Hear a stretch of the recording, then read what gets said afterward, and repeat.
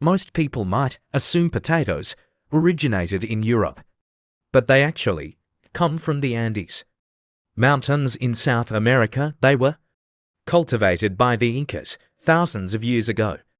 Potatoes are surprisingly nutrient-rich. They contain a good amount of vitamin C, potassium, and fiber, making them a more well-rounded option than people might realize.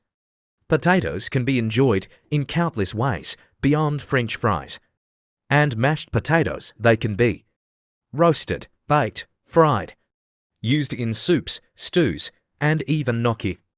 Potatoes are a great source of complex carbohydrates which provide sustained energy. This made them valuable food source for early civilizations and even fueled explorers on long voyages.